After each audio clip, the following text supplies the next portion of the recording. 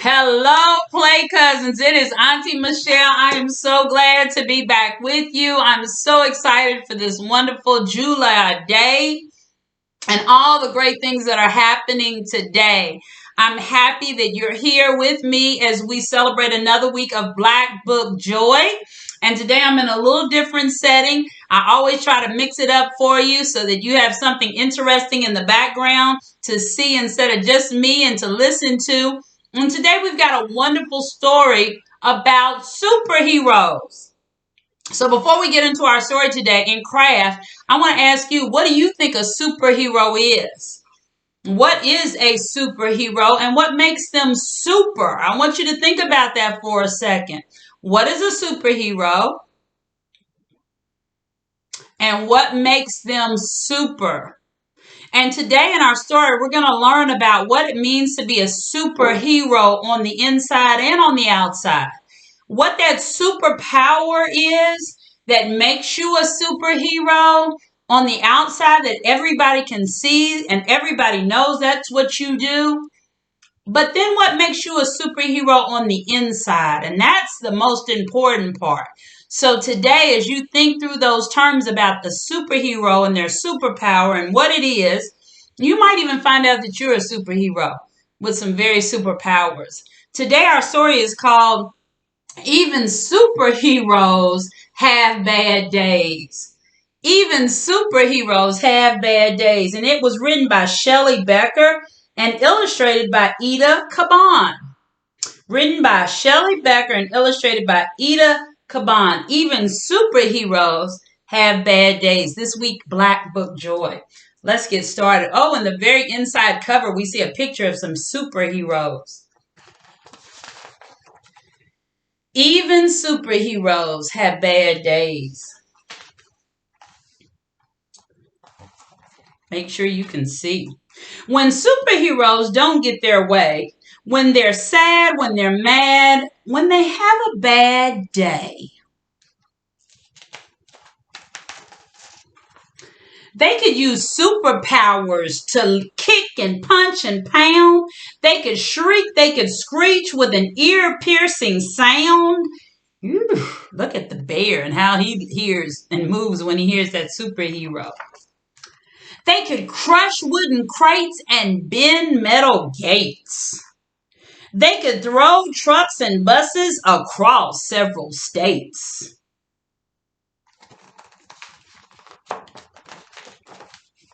They could knock over buildings like towers of blocks and crumble the streets into rubble and rocks.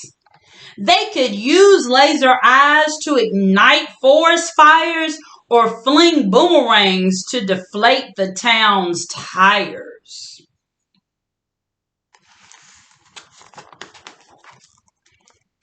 But upset superheroes have all sorts of choices.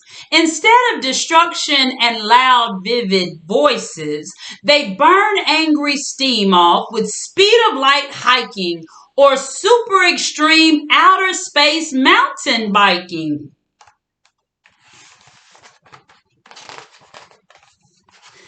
They race to the rescue of people in need and delight in the joy of a super good deed. They hatch super plans to help banish world sadness, building fabulous theme parks for giggles and gladness.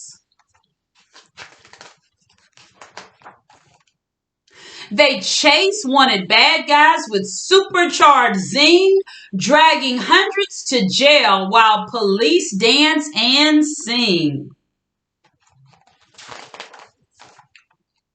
They track down and tame super menacing beasts and transform pity parties to victory feasts.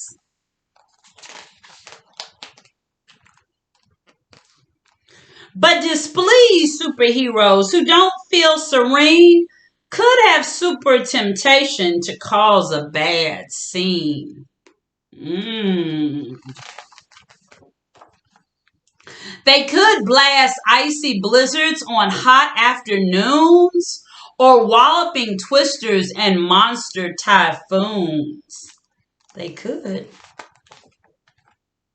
They could spin super webs super far, super sticky, and tangle up towns with their silk super icky.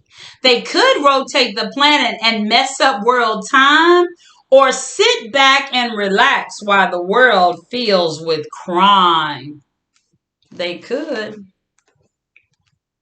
When superheroes don't get their way, when they're sad and when they're mad, when they've had a bad day, they could super rampage. They could, but they don't, because real superheroes just wouldn't. They won't. Instead, they dig down to their super best part, the strong superpowers contained in their heart. And using their talents as true heroes should, they battle the urge to do harm, though they could. They acknowledge their sorrow, their anger, their pain, as they wait for their super emotions to wane. It's okay if they frown. It's okay if they sigh. It's even okay if they slump down and cry. But then they get up and get on with their day, saving the world in the most super way. The end. Even superheroes have bad days. Think about the superheroes in our book and the superpowers that they had. All the things that they could do with their power for good or not so good, and how it was based on the superpowers they have inside of them. Just like you have superpowers inside of you. You have powers that make you happy and mad and sad and scared, that make you mellow or make you excited or make you disappointed or make you frustrated, even make you livid. And what you decide to do with that superhero power is what makes you a superhero. Do you use it for good or do you use it for bad? The superheroes in our story today thought about all the things they could use it for bad, but instead they chose to do something with all that negative energy and do something good instead. I think one of my favorite parts was when it talked about all the things they do with their frustrations and their feelings instead of bad things. I like the page where it talked about they could do this, but instead, let me find the page. Remember when she was in space and she chose to go mountain biking? Use her imagination and use her superpowers to do that instead? The mountain bike. Where is that picture? Oh, okay.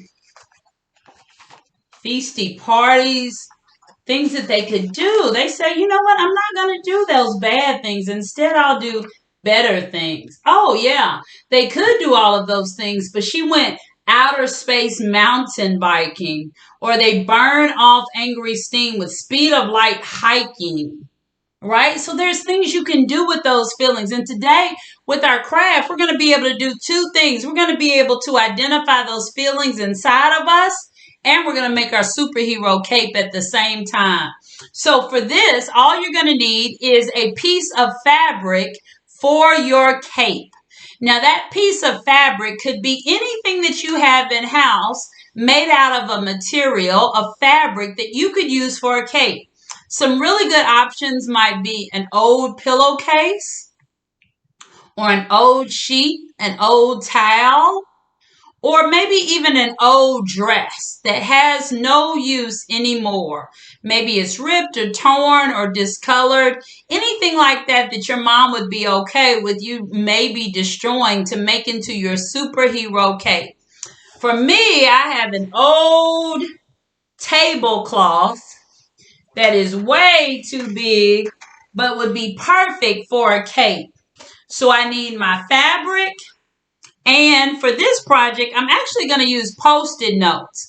If you don't have any Post-it notes, you can also use a marker, and a marker that writes on fabric. And I'm going to show you how that works. and you need a pair of scissors. All right, so first you want to take your piece of fabric and you want to cut it so that it would be the good shape of a cape. Not as tall as you are, a little bit shorter than you are, and a little bit wider than you are. So for me, this does the ticket. The only problem is wider than me, shorter than me. This is double looped. It's two pieces. It's one large piece. And so I want to cut it right down the middle. This is what I'm going to use for my superhero fabric. So for me, I'm just cutting right down the middle. And I love when you cut fabric. Sometimes it's so easy to rip that you don't have to do much cutting. You just kind of put your scissors there and it'll move the way for you. So yeah, this was a real old tablecloth that Auntie Michelle hasn't used in forever. And I was like, this would be perfect for my superhero cape. Because we're all superheroes, right? We all have some powers. And we read about today. There we go. I now have two pieces. And this piece is the piece that I am going to use for my cape. And to use it for my cape, I am going to be able to put it behind me and to tie it around my neck. Now, if you've got a terribly creative mom at home, she can probably do a good job of making it so that it isn't as bulky as mine is up front. Or maybe you can use your own skill and figure out how to do that. But there's my cape. And I'm a superhero with all sorts of emotions. So today for your craft, what I want you to do is to take your Post-it notes and I want you to write down all the ways that you feel on bad days. All the things that you can think about, all the feelings that you have on bad days. Because even though you're a superhero, you still have some days where you're not feeling your best. And to help with that, Auntie Michelle found a magazine this week that came to my house that talked about a real life superhero. Somebody that you could even grow up to be just like or even bigger than. And her name is Naomi Osaka. And Naomi is a African American, a black and Asian woman who is a superhero in tennis. She's able to do things that other people can never do in tennis because she's so good at it. And so today I found this and I said, you know what? I want to share this with you because look what this superhero said on her cover. She said, it's what? It's okay not to be okay. It's okay not to be okay. And that's like the superheroes in our book today. And so I wanted you to think about all the words that are sometimes not okay words. And we're going to write them on our Post-it note.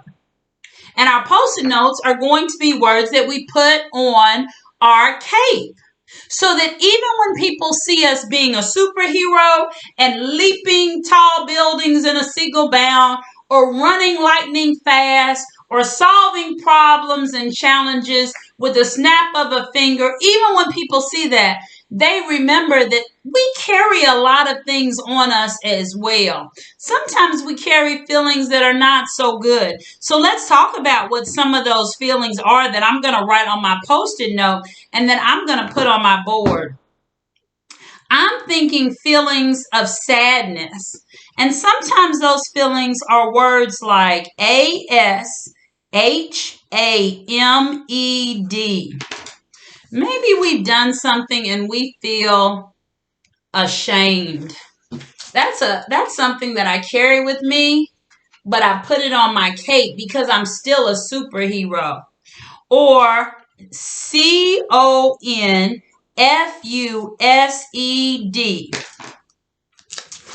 Confused.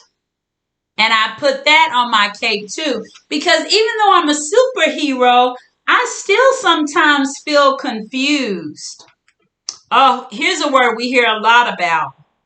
And it just means really, really sad You might have heard someone say this word. Still a superhero, but sometimes feel depressed. Still a superhero, still able to do great things. It's just a feeling. It's just an emotion. Or sometimes we can feel disappointed.